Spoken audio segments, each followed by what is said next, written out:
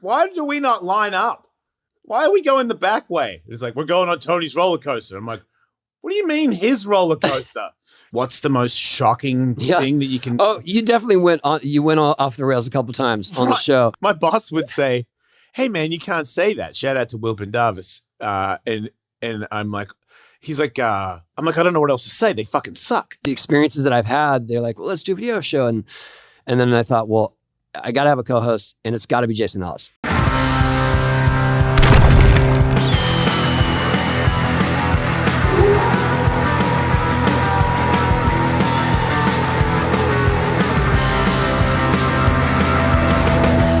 What's up, everybody? Welcome to the very first episode of Hawk versus Wolf. Is that what we're calling it? That's it? You're first.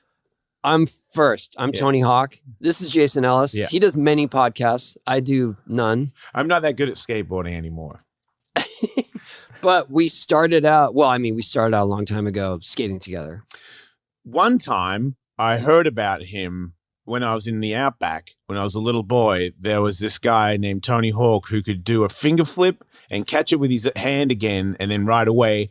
And he also did an air walk, which... because there was no picture yet, because the only skateboard shop that I knew was a water ski shop that had skateboards sold in the back. How could they have known about specific tricks? The guy that was selling skateboards in the back of the surf shop, in the water ski shop, said there's a guy named Tony Hawk. That's wild. And I was, like 12, and I was like, air walk? How's that even? How do you even finger flip? I like That's how impossible. you regressed into this full hick Australian accent. I was like, fucking Tony Hawk's a sick cunt. That's where I was. I talked, my mouth went a bit out here when I talked.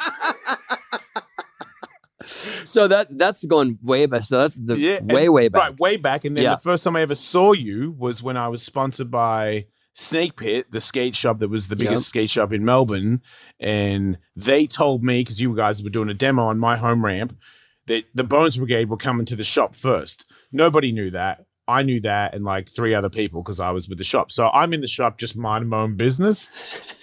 Like lurking. Just like, oh man, new t-shirts today. That's interesting. Like just sweating bullets going, Bones Brigade's going to be here. Bones Brigade's going to be here. Oh my God. I think, come on, man. That's amazing. You didn't trip out on like some dudes before? Oh no. I mean, I think it's awesome to hear your perspective on it. But when you came into the store, because you came from the back and you came into the store, and then I don't know why, but you all like were being pleasant enough to like scope the store. You were like, oh yeah, cool. Like, and I was like, oh fuck, they're getting really close. And then you were like next to me looking at shit, and I was like, oh my fucking God, like right next to me. And then you left, and someone was like, somebody was like, I'm like, do you fucking see that? And someone was like, what? I'm like, that's fucking Tony Hawk. And they're like, who's that? And I was like, I flipped out on some guy for not understanding who that was. That was in Melbourne. That was in Melbourne. And then you guys did a demo where I watched. And then the next weekend, because you were there for a week, I think it was at least a week, you did a contest in Torquay where my dad paid $25 for me to be in the contest. And I was in the later heat with you guys. So I was standing on the deck with you guys, and there's video footage of my parents filming me going, holy shit, he's right next to Tony Hawk. No way. And I'm standing next to you going, you've never told me that. I think my stepmom still has it. Like, oh my God, we have to get that. I remember your first ride, like I remember the cab disasters back then where you just had those things on lock, and it was nobody in Australia had seen that yet. But yeah, it was wow. Craig Johnson, I think. Oh so yeah, it was like a full 80s crew. Yeah. We came and stormed Australia. Yes. Yeah. Lance. Yeah. Gons. Like just a real crazy mix. And you're all on the vert ramp. Gons was. Yeah. I mean, that's what kind of, that's when you look at, we're getting to the weeds here, but like you watch Animal Chin, Tommy Guerrero had to get on the vert ramp because everyone just skated ramps, even though that wasn't his thing. It was expected of you. Right. And the flip side of that was once street skating became a thing, it was expected of us as vert skaters. Like, you better go hit those handrails. Like, dude, I didn't sign up for that. No. I remember like trying to, like, we're making the adjustment. We're all doing some handrails, and I only had a couple of friends that were street guys. I didn't really like the vert guys because they had really poor styles, so I refused to hang out with them. But these street dudes were super cool with me, and then I'm like, yeah, rails, we'll do rails. And then just one time where I went all the way over the top of it, and I was like, that's it, man. Like, I don't even have that thing where if you go bad, you run down it. No. If my board catches the top, I may as well just headbutt everybody there. You're just flying. It's like Ricky Bobby. Flying through the air. This ain't no good. I feel like I dropped my arms and I went like, I was like, I know that. If I fall on vert, I don't do that. No. But on street, I just go, yeah. And I'm like, I got to stop. I can't do it. I think it was the fourth time I rolled my ankle super bad on a just basic stair set where I was like, if I want to keep riding my skateboard, I should probably stop doing this stuff. You did a lot. I did a lot, but I got worked a lot, and then that's kind of that was. I think it was around the mid to late '90s where I made a conscious decision. Like, I'm not going to break any new ground doing this stuff, and I'm just doing it to show that I can. Like, what's the point? Yeah, no, good call. Yeah, I thought you went way too far with that stuff. I was like, come back up here. You're getting crazy. In hindsight, yes. But I remember we did hang out. We did become friends. And then for many years, we just saw each other at contests. And it was very apparent that I spent far more time being intoxicated in and out of contests. And you were being a skateboarder. So we were friends on the ramp. And then that was usually it. And I remember being respectful of that. I was like, you reminded me of like an underage person. You should just not be near me. You know what I mean? Like, like you're going to taint me. I feel like I'm inappropriate standing next to a child. There was like a 10-year bracket where if I was standing next to a child, I should leave. It's just like, dude, you got to go. You're like Pigpen where the dirt cloud's going to come over me too. Everything that came out of my mouth was like, don't put him near children.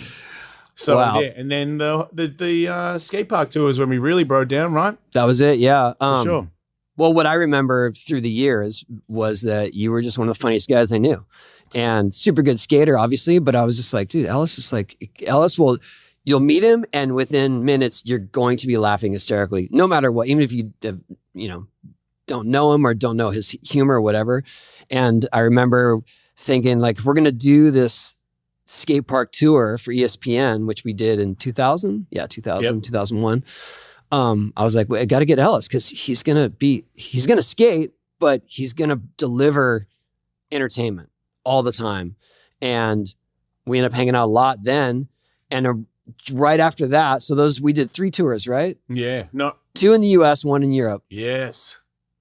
Wild. The highlight. Crazy times. Nothing in skateboarding has ever been. With tour bus. Yeah. We're talking my skateboard life. You're in a van. Now I'm in a bus that has a button where you press a button, the door goes, and it opens. Yes. I'm like, and then there's video games. He's got like a prototype video game that one's got yet. And you're like working on it. I'm like, there's no other place in the world I'd want to be than the back of this bus. It was, I think that I was so jaded back then that I didn't really, you know what I mean? Like, it was amazing, but at the same time, like, I was doing that. I was working on game. Like, I was so scattered and busy that I wasn't taking time to be like, this is crazy. We are on a tour bus that rock stars travel on to go to a skate park. No. And thousands of people will be there to watch us skate. Our bus was better than the Rock of Love bus. That's how good our for sure, yeah. And at one point we got out of a bus and then we got on your roller coaster. So I get how you think your life was hectic. Was like, at one point I was just high in the back of the bus. I'm so glad that you're there to remind me of that, because all that stuff is blur to me. I'm like, why do we not line up?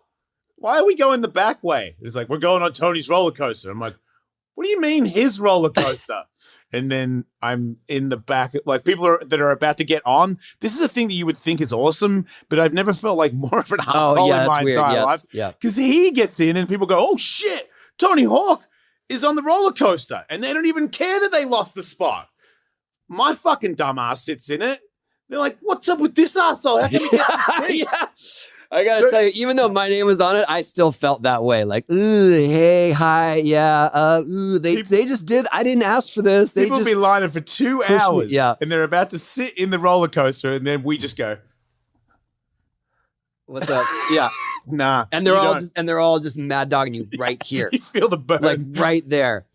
Yeah. Just searing on your head. That was amazing. So So we went through all that, and then Sirius approached me about doing a radio show, and because based on the success of our video games, the soundtrack and all that, and obviously just getting to the experiences that I've had, they're like, well, let's do a video show. And then I thought, well, I got to have a co-host, and it's got to be Jason Ellis. Like those were the things that were first certain on that show. And then I'd like to mention, as this happened, my skateboard career, if you had asked all the people that were sponsoring me, were they looking to give me a raise in the future? It would be no. It would be, hey, it's gonna suck to call Ellis and tell him he is fired. So you were looking for the next move. I wasn't looking for the next move because it was thrust upon you. Like, any day now, I'm going to be packing boxes at DC. But right now, I'm still good enough to get a check. So hell yeah. Right. I really don't want to get a real job. I'm going to ride this for as long as I can. But my future plan was, I hope that, one of you guys lets me pack boxes, or because I didn't expect any responsibilities. I wasn't responsible. Right. This podcast is sponsored by BetterHelp. Is there something interfering with your happiness or is preventing you from achieving your goals? I myself obviously have been to therapy several times, and the sooner you can get on with your life, the sooner you can get on with your business and all the rest of it. Just like me, you don't want to be sitting around being sad for the rest of your life. So BetterHelp is something I highly recommend. It's priceless. Thank you, Tony. That's true. It's super easy. I've already checked it out. They assess your needs, match you with your own licensed professional therapist. You can start communicating within under 48 hours. It's not a crisis line. It's not a self-help. It's a professional counseling done securely online. There is a broad range of expertise available, which may not be locally available in many areas. The service is available for clients worldwide. You can log in to your account anytime and send a message to your counselor. You get timely and thoughtful response. Plus, you can schedule weekly video or phone sessions, so you won't ever have to sit in an uncomfortable waiting room like traditional therapy. BetterHelp is committed to facilitating great therapeutic matches so that they can make it easy and free to change counselors if needed. It's more affordable than traditional online counseling, and financial aid is available. BetterHelp want you to start living a healthier life today. Visit their website and read their testimonials. I've checked them out. Everybody on there seems to be pretty pumped. Visit BetterHelp.com/HawkWolf. That's BetterHelp, HELP, and join over 1 million people. We have our own promo code? Yeah, we're pretty big. I know. Sorry to surprise how big we are, but yep, we've got our own promo code. That's awesome. Online therapy. I can't believe I pumped you on the promo code. No, it's cool. So these are professionals. In fact, so many people have been using BetterHelp that they are recruiting additional counselors in all 50 states. Special offer for Hawk versus Wolf listeners gets 10% off their first month at BetterHelp.com/HawkWolf. Get that help. This episode is sponsored by Blue Chew. Say it with us, Blue Chew.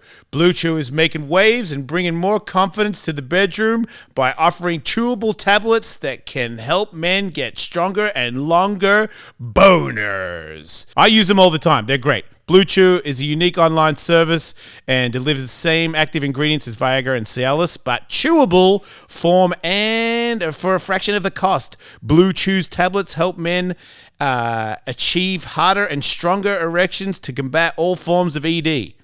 Blue Chew is an online prescription service that no visits to the doctor's office, no awkward conversations, and no waiting in line at the pharmacy, and it ships right to your door in a discreet package. The process is simple. Sign up at bluechew.com, consult with one of their licensed medical providers, and once you're approved, you'll receive your prescription within days. The best part is it's all done online. Blue Chew's licensed medical provider work with you to find the right ingredient and strength for your prescription. Don't like swallowing pills? No problem here. Blue Chew's, this is going to be fun, sildenafil and tadalafil. No. Yeah, let me try it. Tadalafil. Sildenafil and Tadalafil. That's it. Yeah, you did it. Sildenafil and Tadalafil. You did it way better than me. These are chewable Blue Chews tablets, are made in the USA, and they are prepared, shipped direct, so it's cheaper than the pharmacy. So if you could benefit from an extra confidence when it's time to perform, visit bluechew.com and for more details and important safety information. And there's a special deal for our listeners. Try Blue Chew free when you use the promo code HawkWolf at checkout. Woo! More promo codes. Shoot, we are killing it in the promo codes. Check out just for $5 shipping. That's bluechew.com. Promo code HawkWolf. HawkWolf. To receive your your first month free. And we thank Blue Chew for sponsoring the podcast. Yeah, and that was the trajectory for pro skaters back then. Yeah, I mean, it kind of still you were lucky is. to get that. You were lucky to have that wave of success. Where somebody successful in skateboarding knew you to be somebody that they could trust in the warehouse packing t-shirts. I love how that's it. That's the ceiling. That's what you aspire to be. I couldn't read. I have no education at all. Like you gotta. What would I do? Like a taxi driver? Like a fucking. I don't want to drive a taxi. Like I would like to hang out with skateboarders at least. Like be like, yeah, fucking, oh yeah, boneless, fucking pack the box. I would see you at the burrito shop or something. I'd be like, fucking, I'd still be in skateboarding because I remember when my part of the show kind of got bigger, and then they asked me to move to LA. Well, that's when I gotta say, so when we started our show, it was within the first year, maybe. Maybe second year. Okay, yeah. Probably around the second year of us doing the show. We also had Jesse Fritsch, who was a pro skater and who had a very He was the music guy. He was the music guy. So he went deep into all these alternative and B-side tracks. B-side, deep cuts. So he helped me. He helped me curate the music. And the funny thing is, there was a lot of friction on the show because you were all Metallica, hard rock, and then Jesse would come in with some experimental Warm thing. Leatherette, okay? Google it. These guys That's my track. Yeah, but so what? Same thing. That's mine. It's insane. Anybody that listens to that is insane. Oh my God, are we back? 20 years later, we're back on that. It scarred me for the rest of my life. Oh my God. It's like, whoa, I'm here to defend it. It's really weird leather stuff. Okay, there's a band called The Normal. If there was photos that came out of him completely covered in leather and studs and shit, I would not be that surprised. It's full Dieter. From this, Dieter. Dieter. Yeah. Remember SNL? Yeah. Yeah. But that was the beginning of like electronic music. Was The Normal. They had two singles, TVOD, Warm Leatherette, and you can track all the electronic stuff back to that Kraftwerk. They're the James Brown of what's that? They're the James Brown of electronic. Kinda. Music. Wow. Yeah. Heavy shit. Yeah, and I know. Hated it. Yes. So we're leaving Jesse out of it. Anyway, so that's what I got to bring to the show. Was my history with music and whatnot. And we had a good banter. And then second year into the Sirius show, Demolition Radio is what it was called.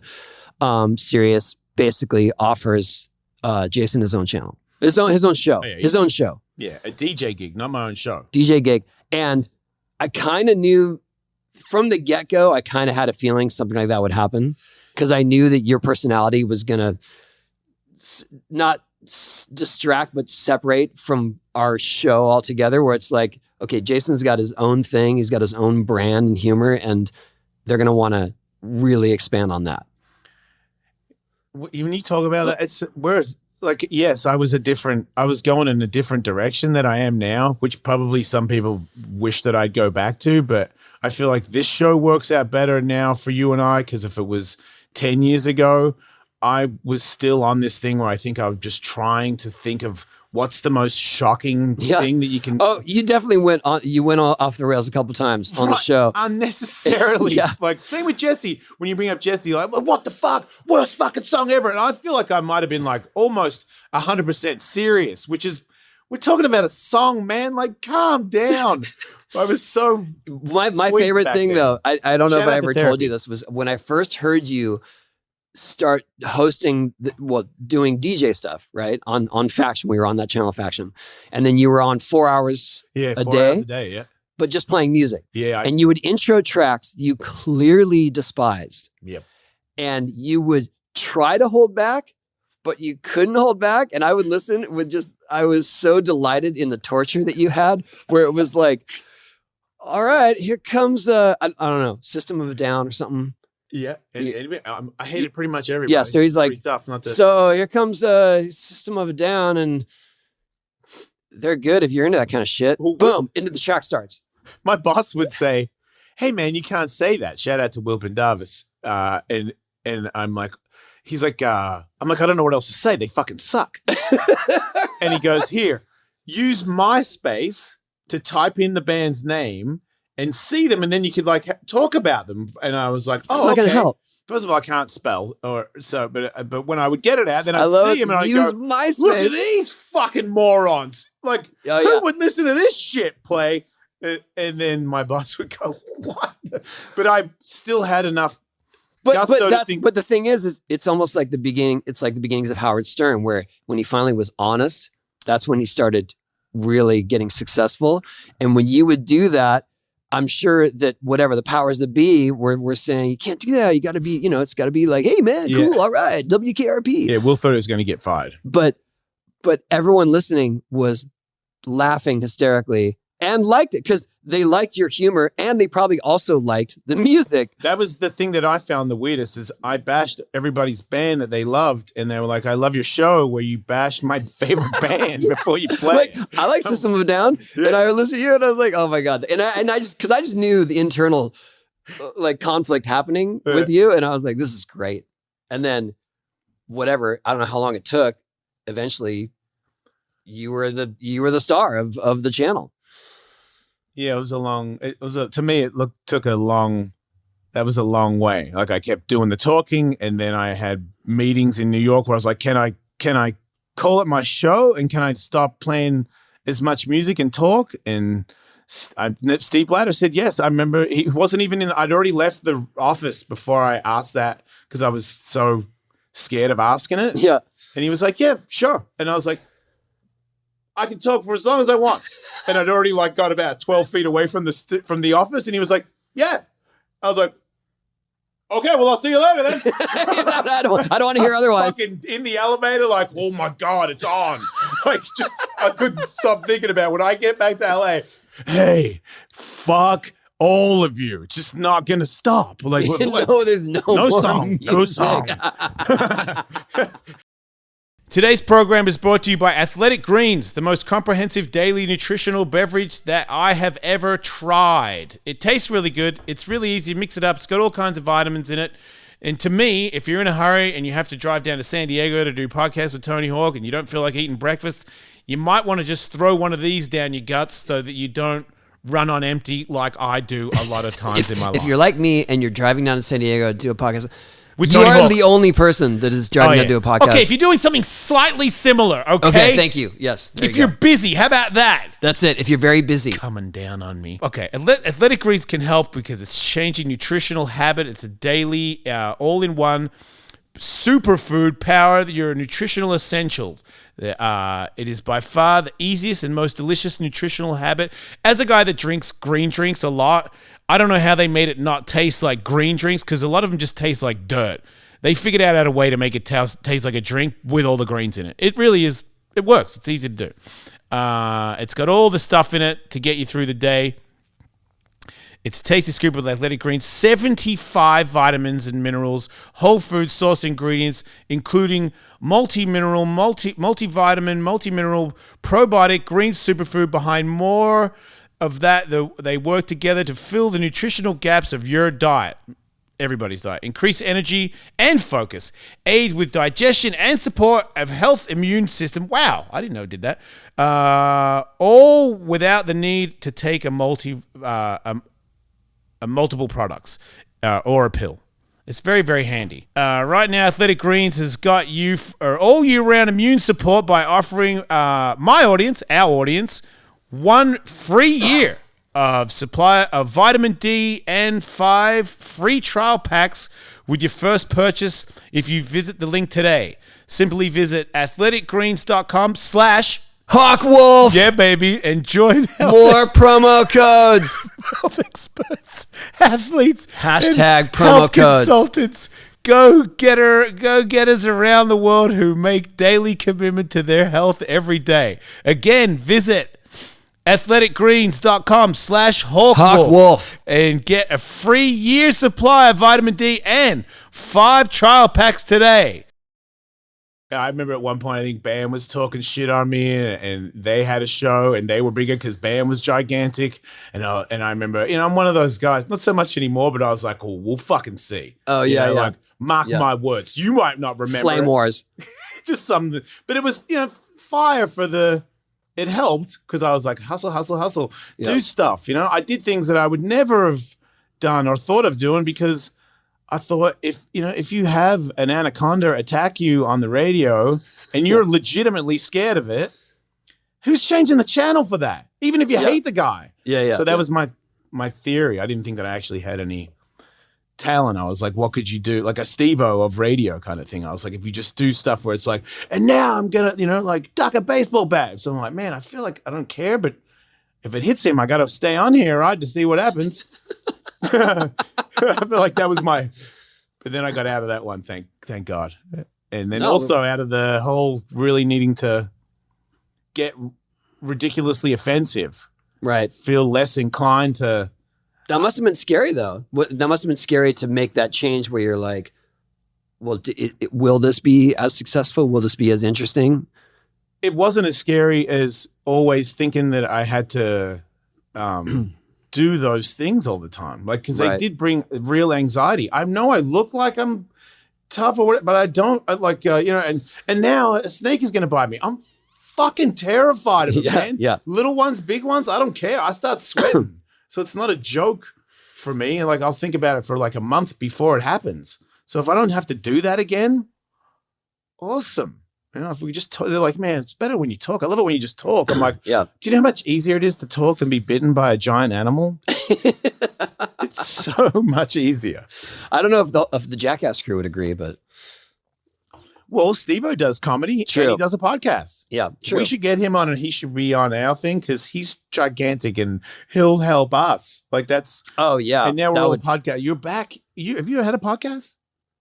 No. So this is your first. I've just been a guest on them, obviously. Many, but no. I mean, and also, you know what it was? I was so jaded because we had Demolition Radio, and I don't want to sit here and bash anyone that supported me and whatnot, but I was getting crazy guests near the end of the run of Demolition I follow Radio. you on Instagram. I saw like I was with, I had Pharrell, I had Seth Rogen, I had crazy bands and Trent Reznor and all, and then they weren't really giving me any more, not attention, but they just weren't promoting it. And then they were burying me on some other time slot.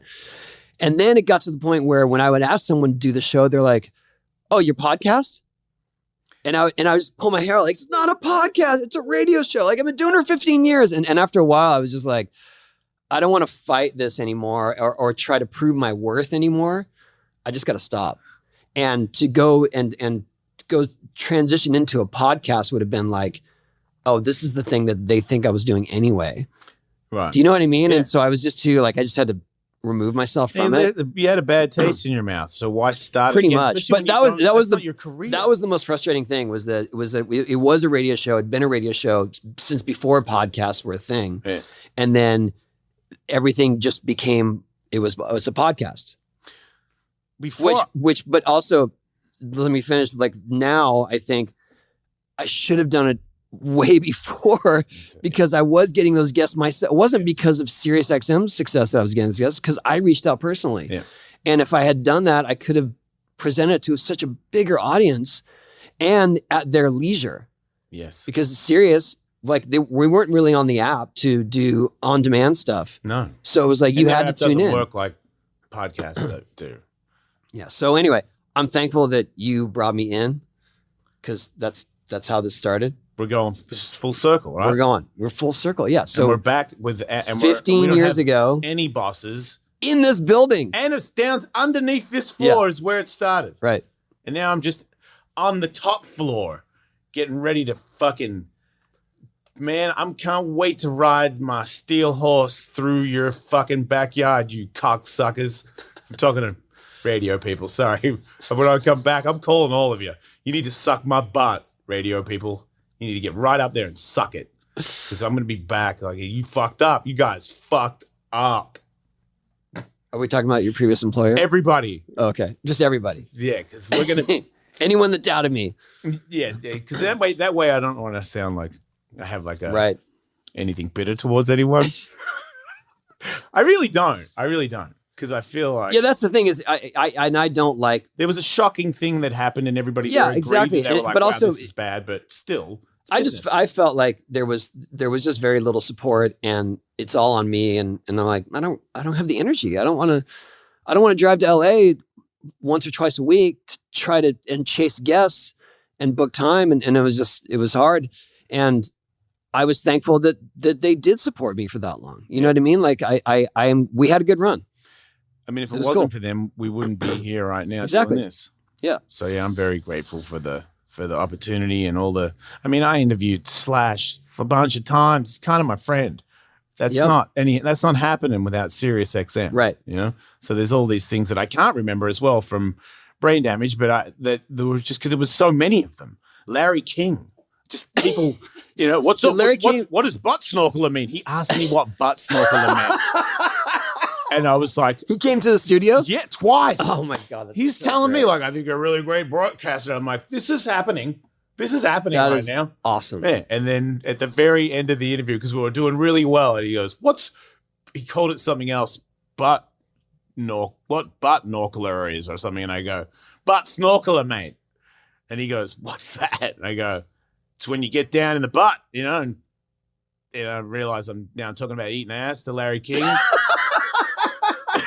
And he's like, you're not Jewish. And I was like, I don't know if that's good or bad, but I just want to get out of this discussion. I did not mean to do, hey, do you eat ass, Larry King? Like, I was like, I did a good interview, and I was like, I like how he ended it discreetly though.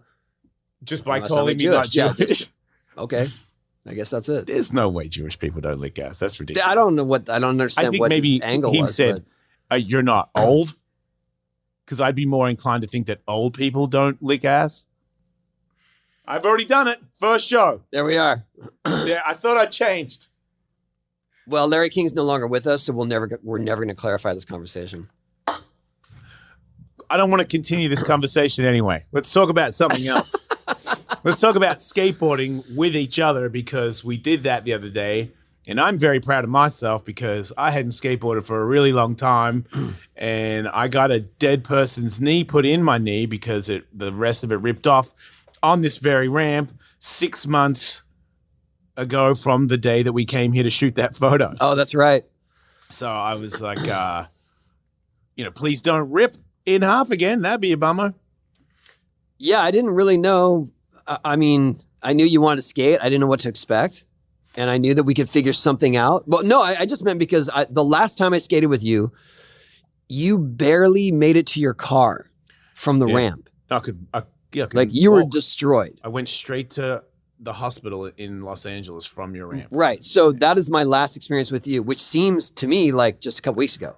Okay. Right. Yeah, so then you're like, let's shoot. I'm like, okay, we're both gonna skate, right? We shoot doubles. All right, let's make it happen. Yeah. No, I told you because I skated in Venice and I did a knee slide in Venice, so I knew. Yeah, and you said you were doing pivots too. So So I thought, okay, we'll both do pivots, and that was the starting point.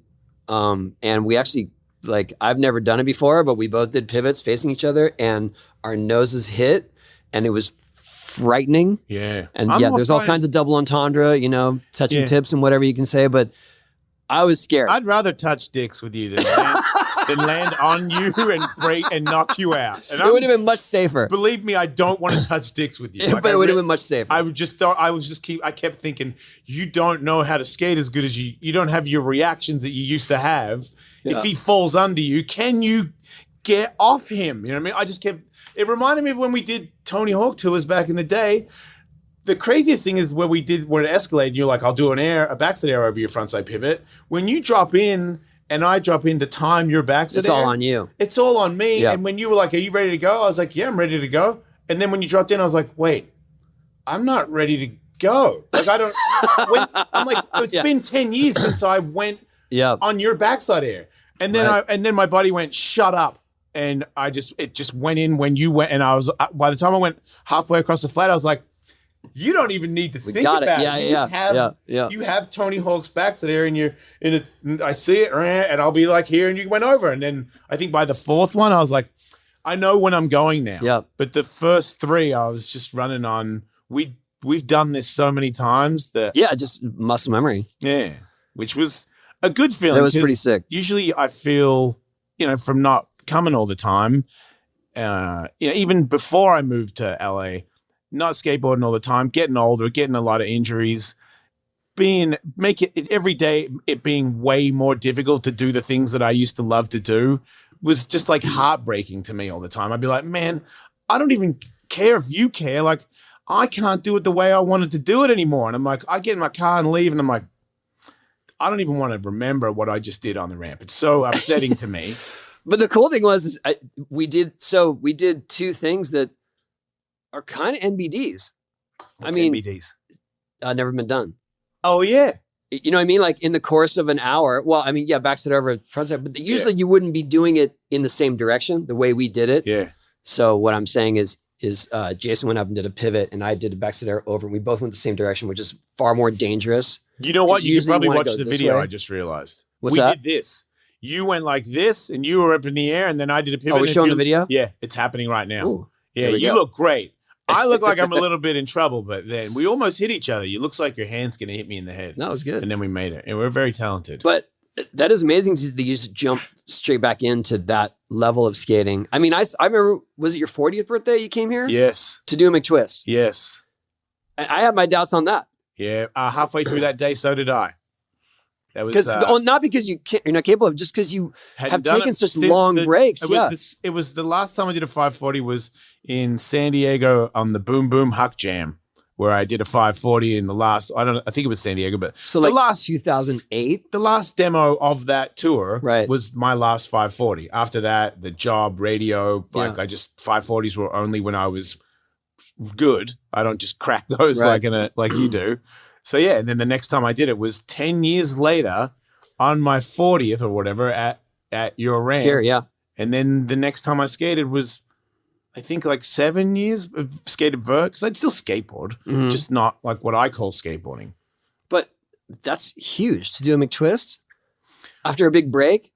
I'll tell you, here's my secret. I do. On how to do McTwist? Just you're going to tell me now. From my perspective. No. Is that I don't really want to do them all the time. Like I know that there are still these risks involved to doing that stuff. And yes, I've been doing it forever and I can do them, pretty easily for the most part, but it's getting harder and the risks are getting louder in my head. And so I kind of force myself to do them when I'm skating leisurely, even though I don't really want to.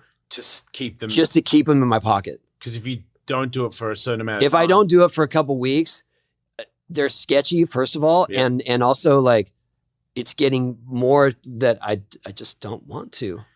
I'm getting to that age where, and it sucks to admit, but it's real. And for sure, it's one of my secret weapons for doing demos and stuff, because that's the one that impresses any non-skater. Yeah. Because it looks like the untrained somersault. Eye. Yeah, it looks like it looks like a flip. Yeah. Right. But it is. But I'm just telling you, like, that is I purposely do them, even though it's uncomfortable. That makes me feel really good. Sorry. No, it's true. I'm like, because they've always been so. I mean, you helped me with my skateboard career in demos because I knew you were gonna do a McTwist in your first ride. Yeah, and usually my last ride was my McTwist. So you told me, I remember clearly when I would get to the ramp, I'm like, I know what he's going to do. I used to make jokes about it. I was like, hey man, easy on the 5. You guys used to put me on a moratorium. Yeah. You're like, okay, first 3 runs, don't do a McTwist. Yeah, don't do one. Please. Let us look half decent. Yeah. So then that made me go to demos and go, instead of looking at the ramp, I'd go, I can jump off that. He won't do that. That's my brain was thinking of you. I'm like, why do I need to do like a half-assed Tony Hawk? I am not. That's not even like a thing you would need at this demo. The real guy's here, but you know what I mean. Fucking Chubby Australian jumping off that rail over there. No one's done. Yeah, grab off the rail. Yeah, that was the signature move that Ellis had was going up the ramp. If there was a beam that was within striking distance of the top of the ramp, he would go up and grab it and hang, and then let himself back down, which is super gnarly. Yeah, but you can twist it. Yeah, I still wouldn't do it. See, I knew he wasn't going to do it. It was mine for the taking every time. I was like, what will nobody do? We have some sick photos from those tours of you hanging off of rafters. Yeah, I did. I did like a heel flip one. Oh yeah, that's right. At some demo. Like I'm sweaty. You know, when we do every now and then one of us would get in the groove and the demo would end and then there'd be, you guys are still out there. So I would do another hour of trying some trick. I remember it was full going the distance. Wet, like saturated person. Do you remember? Go now? There was one demo we did. I want to say it was Chicago or something. Where so the way that those skate park tours went is that we show up on the bus and we would skate the street course for 45 minutes or an hour or so, and even those of us who weren't prolific in street would join in, and then we would go take a break, and then we go do a vert demo. So for guys like me, Jesse, you, for the most part, we were doing 2 demos a day. Going hard. And on one of our last demos, I think it was Chicago, we were all on the bus and we all decided, hey, what's a trick you haven't done in a long time and that you want to do? And we all picked one. And I remember because mine was frontside 540. Oh. Jesse was something. Bucky was like a backflip. Oh, terrible. We all had one. Yeah. And it was like, all right, whoever doesn't make theirs has to shave their head. Oh. And that was it going into it. We skated, we all like kind of rushed through our demo tricks because we're all trying to get to this thing we're going to try. None of us could do our tricks. Oh. None of us. And it turned into everyone just dropping in, pissed off, angry, yelling, cussing, throwing their boards. I felt so bad for the little kids and the parents bringing their kids. They're just like, what is this? This is just you know what I have to mention? Then there's no video of this. When we did that doubles thing, you got mad when you didn't make it the 3rd time. And I felt that's the first time I've been around a mad skateboarder in like 10 years. Oh, here? Yeah, you were like, fuck. And I was like, oh, man. You know, man, I'm wasting, you don't need to get angry for a fucking doubles routine with me. Like, I was like, oh, no. But you know, that's weird. That's just ingrained. That's just part of me. I know, but it made me realize that's your angry escape is because you would never that's my way to be angry. I did. If I saw you in a car go, what the fuck? I'd go, whoa, that is not him. But on the ramp, if you don't make a trick for an hour and you go, fuck. that's my outlet, I guess. Yeah, because you wouldn't. It's like 2 different people. But also, it's been like that my whole life. Like that's definitely, you're right. That's my escape and that's my outlet. And I guess the whole thing is that when I am trying something like that or bailing or whatever, it's only me to blame. Yeah. So that feels better to be getting frustrated and angry and more focused than to somehow direct it to someone else who's probably not their fault anyway. You know what I mean? Yeah. Like I've never been able to do that, nor have I wanted to be confrontational or to blame people for my own problems. And so you're right, for sure. But I also love it because in that moment, I know that there's no way in hell I'm bailing the next one. Right. You know what I mean? Because I was like, everything was right there for the taking and you fucked it up. I feel like skateboarders all have the cold fuck before fear. You're trying to do something and you're like, man, that was a little bit wrong. And if I do that, I'm probably going to get knocked out or really hurt. And you know, as well, when you get as good as we are in this game, if you fucking hesitate, it's over. Yeah. So you have to go to yourself before you go back up there. You're like, fuck, as in, there's no way I'm hesitating this time. I'm fully going. That's translated for sure. That's what it means. Fuck means, yeah. Yeah. The last one scared the shit out of me. That's it. We need a translator for everyone. I've been through. There's funny because this is my building, but we now lease the downstairs to a different company, And the downstairs is actually closer to the ramp, coincidentally. What? And so they've definitely heard me battling tricks. Yeah. Like, wait, there's a different company downstairs now. Yeah. And then it's windows to your ramp. Surfboard fin. No, all the windows are boarded up. Oh, so they just hear But they hear my music and they hear my frustration. But they're a surf company? They're surf fins, yeah. That's mellow. Yeah. But also surfing people. But also there's part of me that's cavalier that's like, take it or leave it. You know what you signed up for. Yeah. I mean, you're renting a business from a pro skater at a skateboard ramp location. You're gonna hear me getting pissed off. On the scale of annoying sounds, Tony Hawk saying fuck is not on the list. That's a treat. You know who doesn't do that, surprisingly? Who? Lizzie Armanto. Oh, she doesn't. I've seen her dig deep to try to do tricks. Yeah. I've seen her try tricks for 2 hours straight. Mm-hmm. And she never has that primal scream thing or anything. She just quietly gets back up, right, gets on her board, and then eventually figures it out. Never. I've never seen her. No. And if she doesn't do it, she just leaves quietly. Like, it's pretty unheard of. Yeah. Right? Oh, I've punched my board walls, helmets. I've cried in there's bushes. There's a couple of holes in this wall from my board. Just throwing my board into it. Yeah, I feel like sometimes it's because you catch everybody who's good gets angry when they try to make stuff, and then you're a part of this thing where, we're all, you get insanely angry, and at the highest level, now you're doing tricks where you might have done it for 4 days, and you've gone back there for 4 days, and now you've already got this entitlement to be angry because you're in skateboarding, you're allowed to. Like I've flipped out, and my friends have flipped out, and I've never thought anything weird about it. Like somebody, Danny Ways and people where they've just, exploded everything they own, and they're in the back just ripping things apart, and I'm like, well, he'll be all right. Yeah. But what's funny is when you're at that depth of it, especially if you're in your fourth day, I've definitely come here, one trick, try for hours, go home, come back next day, try for hours. And then when you're on the third or fourth day, when and if you finally make it, there is no joy in that moment. Oh yeah. And people cannot figure that out. Like, they've seen videos of us, and I guess probably the biggest example for me was when I did a 900 when I was 48. Yeah. I didn't expect it to take that many tries, and I took a couple of big slams in the process. Mm-hmm. So when I finally made it, I was just ripping my pads off and just leaving the building, because it's more that it was so frustrating to get to that point. I can't just enjoy it. Yeah.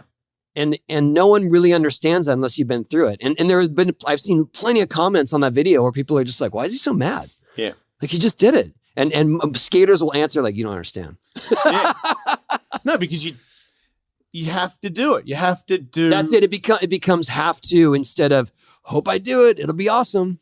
It's like, imagine. But there is there's a certain threshold of time that you've tried it where it reaches that level. Because if you try it on that first day and you make it, it could be celebratory. It could be just like, yes, never done that before. Sick. When you're on hour 4, it's like, I want to be done with this and never think about it ever again. Yes. Yeah. When it gets days, I never want to see that trick again. Yeah.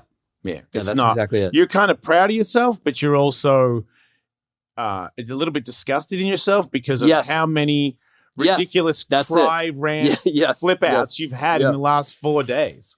I have one I'm not too proud of. Yes. That I was here trying something, and I was already, I can't even remember. There was something else going on in my life. And so I was trying to be here to sort of escape that. And there was just all this other stuff happening, and my phone kept blowing up, and I couldn't focus on it. And I finally just left with my pads on, put my phone under my wheel, and drove over and drove home. And because I was making such a scene, someone at the office, people saw it.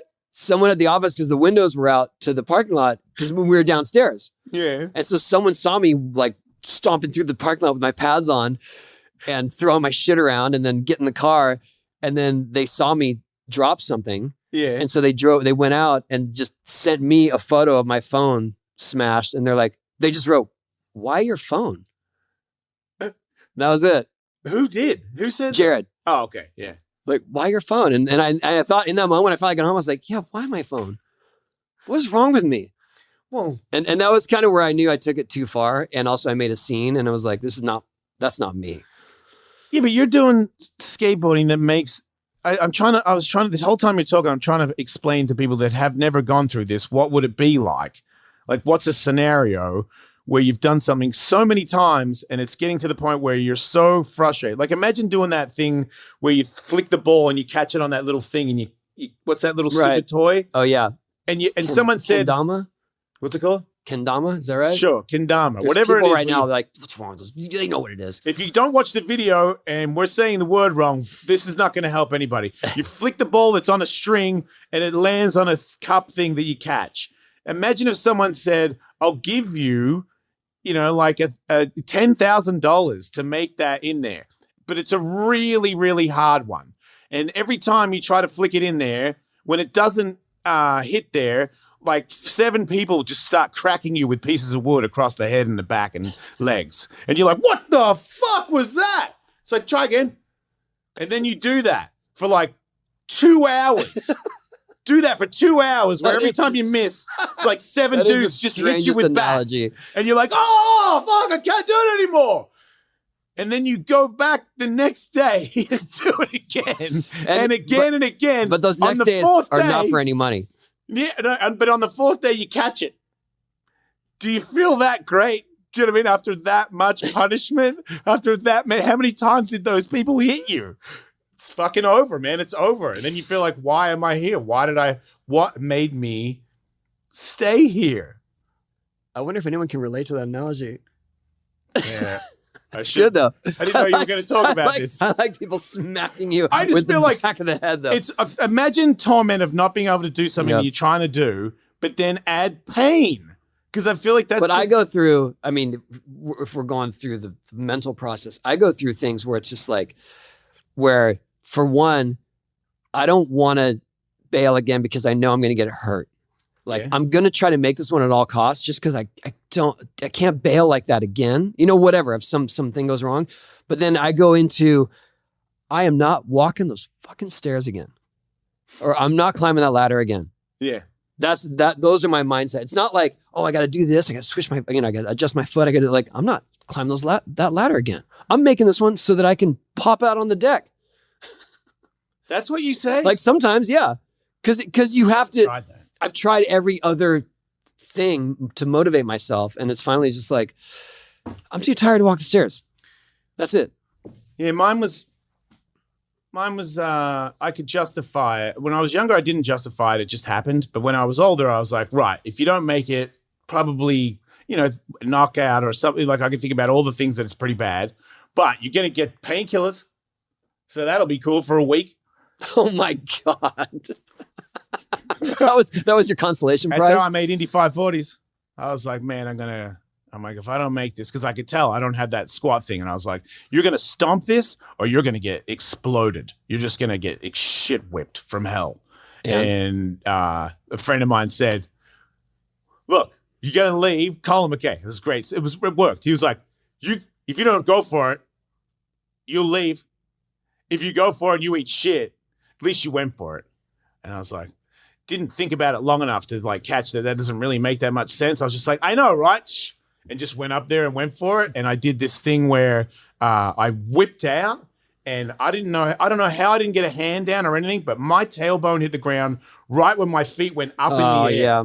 So I went like, wham! And it did some crazy thing into my buttocks where I had I was wrenching my cheeks so hard. I was like, oh my God. And then it didn't heal. And then I went to the doctor and I snapped my tailbone off. And I had an x-ray of my... Off? Yeah. I had an x-ray of... There was a gap. And I put it on my wall. They had the lights in the bathroom. So I put the x-ray on the light. So when you turn the light on, you could see because it had a photo of my dick on it as well. So I'd show the chicks, look at my fucking fat dick and my broken tailbone. They'd be like, yeah, that's my fucking tailbone over there. Because it was like this, but then there's the bit missing and then this bit floating. On a wood ramp? Yeah, on the Plan B ramp, I snapped my tailbone off on Indy 540. But then the next time I ever made it, I remember thinking, because I got lots of painkillers for that last one.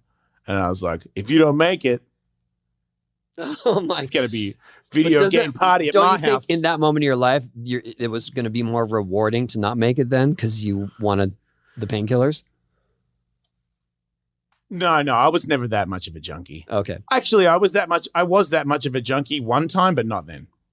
Got it. There was a time there where I just completely gave up on everything. And then, I would do drugs. But skateboarding saved me from when I was younger to do a lot of drugs because it meant way more to me to make a skateboard trick than to be high. That wasn't even an argument. That was always the one where I'd be like, oh, I could get high again today, but I wouldn't. Yeah, I learned that very early on in my career.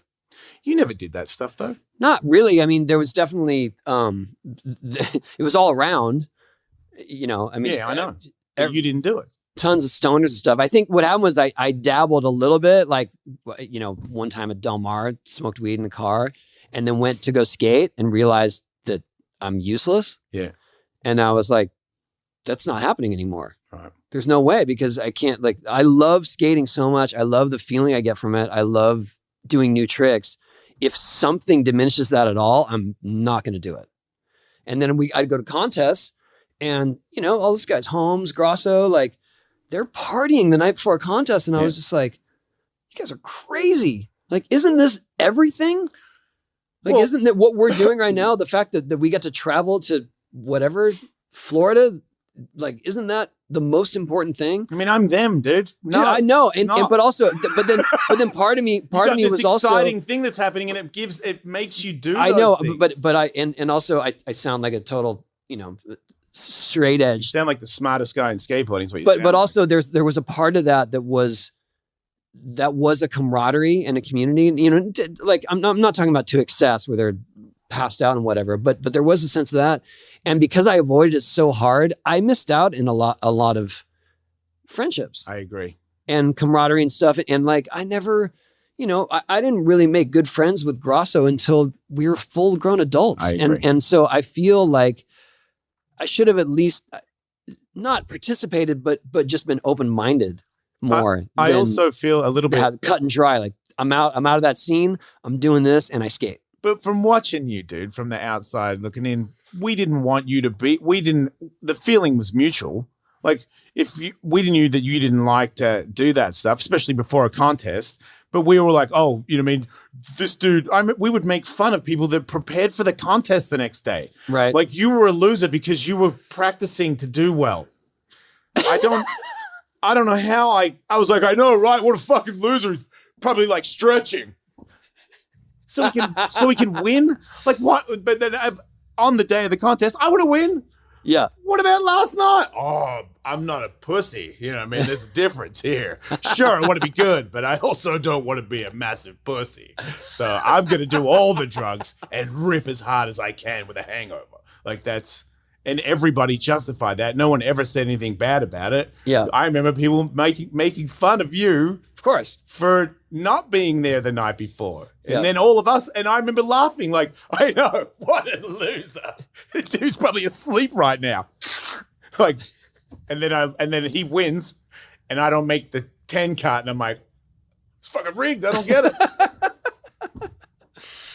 Yeah, so but I mean, I think that was it. I feel like I could have had a lot more rich experiences if I wasn't just hyper focused on winning. You wouldn't have been Tony Hawk. You wouldn't have done all the things you've done for all of us. Like I said, I think there was a healthy balance that I could have found. I wasn't confused. No, I just had to fixate on it. To be you, nobody can be you. How the fuck did you do that? How the fuck did he do? You guys don't know because you can't skate, but he did shit nobody could do. Ever, maybe now because you're new time, but that doesn't count. That era, Michael Jordan. And that means that your life can't be every now and then I just partied. No, you didn't, dude. You were militant to your game, which made you do tricks that everybody else tried to rise to get to beat you, which made all of us better. And then video games made all of us recognize I got a fucking radio career because you were like, I think Jason's pretty funny. And then now but you wouldn't have, if you had said to Sirius, I think Jason's pretty funny, and you partied with Grosso, you wouldn't have made the 900 and he wouldn't have listened to you about me having a radio show. Maybe a lot of scenarios, but thank you. You're straight edge. But I'm also saved us all. I think I'm thankful to have come through all that and then to value those connections now more than ever. And so at the very least, making up for lost time. All right. Well, next week, join us for a giant party. We're going to do beer bongs and ecstasy. Beer bongs. Yeah, beer bongs. And Tony's going to put Molly up his butt and we're going to do a rave. We're going to start a rave. And then we're going to skate the next morning. And then we're going to rip as best as you can from after a hard day of partying. So stay tuned. There's more to come. Yeah. See you next week. See you next week. All Thank you. Thanks, everybody. Yeah. Woo.